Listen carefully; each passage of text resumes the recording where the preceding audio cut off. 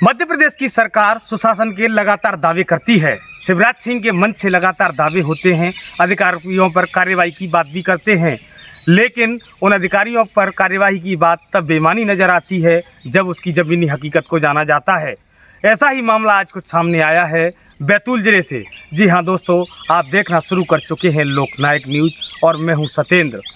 जब सिस्टम में कोई अधिकारी कुर्सी पर होता है तो सत्ता का नशा और कुर्सी का नशा इस कदर हावी होता है कि जनता उसे बहुत छोटी नज़र आने लगती है। इसी तरह बैतूल के कलेक्टर अमरवीर सिंह बैस, जिन पर कुर्सी का नशा कुछ इस कदर हावी है कि बैतूल ज़िले में एक व्यक्ति ने अपनी जान दे दी, दूसरे की जान जाते जाते बची और तीसरा अपनी जान के लिए लगातार कलेक्टर साहब से गुहार लगा रहा है कि कलेक्टर साहब मुझे न्याय दीजिए।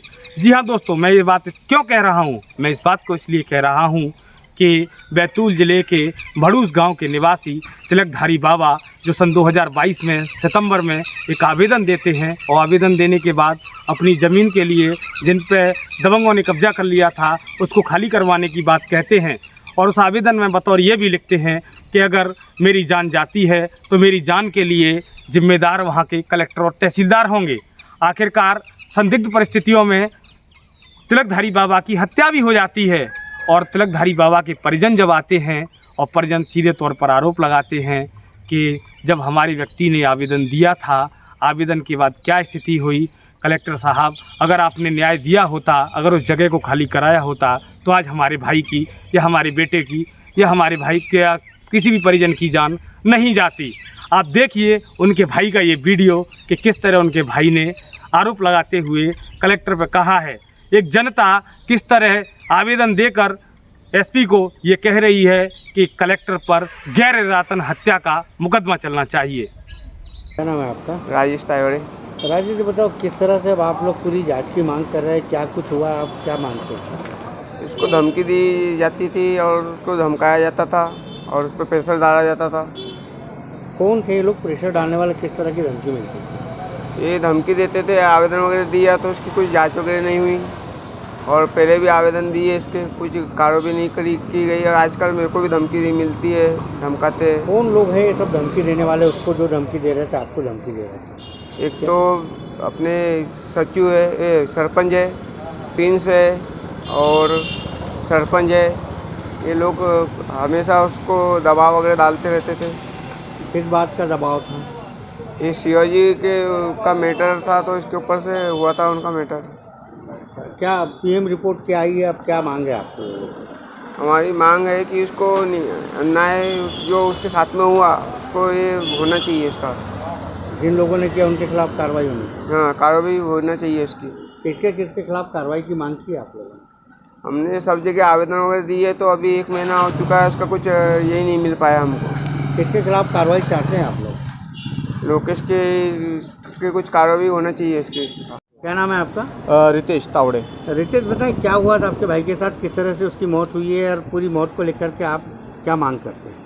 वही है कि वो मेरा बड़ा भाई और दोनों साथ में रहते थे रात दिन। उनकी रात में दोनों की चर्चा होती थी। बड़ा वाला भाई नागपुर में आता था तो उसने मुझे बताया था कि ये मारुति पवार, प्रिंस उइके, श्याम पटेल, चिरंजीव पवार, देव सिंह, कमलेश आदि से ये परेशान था। इसने पहले भी काफ़ी बार कलेक्टर को और इसमें पुलिस अधीक्षक के इसमें आवेदन दे चुका है, तो इनने कोई कार्रवाई उनके ऊपर की नहीं है अभी तक के।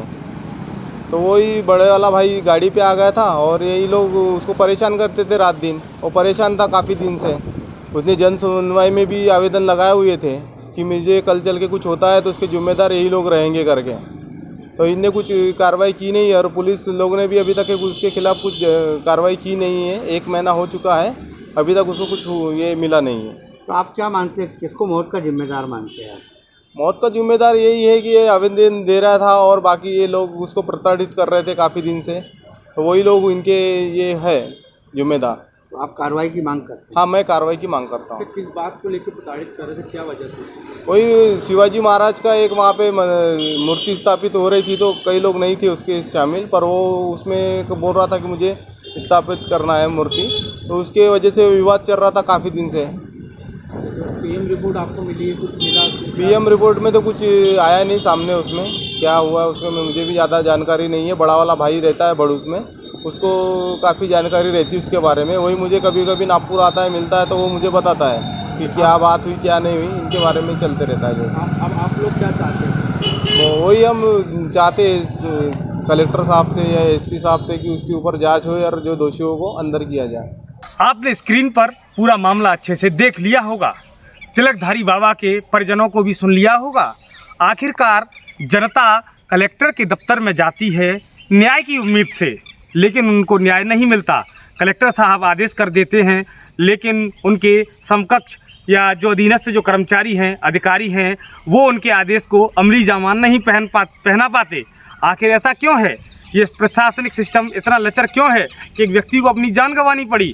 वहीं दूसरा मामला हम उठाते हैं कि एक वकील रंजना बामने, उन्होंने भी अपनी आत्मदाह की बात कही और आत्मदाह करने पर आमदा है, लेकिन कलेक्टर वापस अपने अधिकारियों से कह रहे हैं कि इनको न्याय दिया जाए।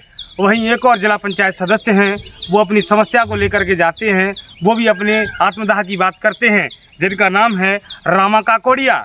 तीनों ही निवासी बैतूल ज़िले के हैं।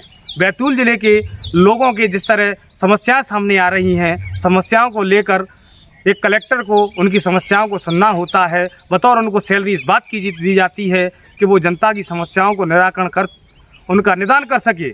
लेकिन कलेक्टर साहब, अगर आप उनकी समस्या का निराकरण करने में नाकाम हैं तो आप अपने पद को छोड़ दीजिएगा।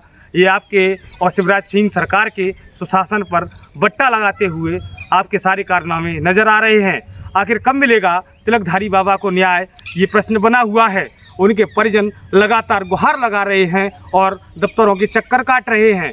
बैतूल की जनता में अमन और चैन नहीं है। मीडिया के गलियारों में लगातार कलेक्टर अमनवीर सिंह के कामों की चर्चा बनी हुई है। कलेक्टर साहब, आप अच्छे काम करिए ताकि लोगों को समस्याओं का सामना न करना पड़े। कैमरा पर्सन शैलेंद्र सिंह के साथ सत्येंद्र सिंह सिकरवार, भोपाल।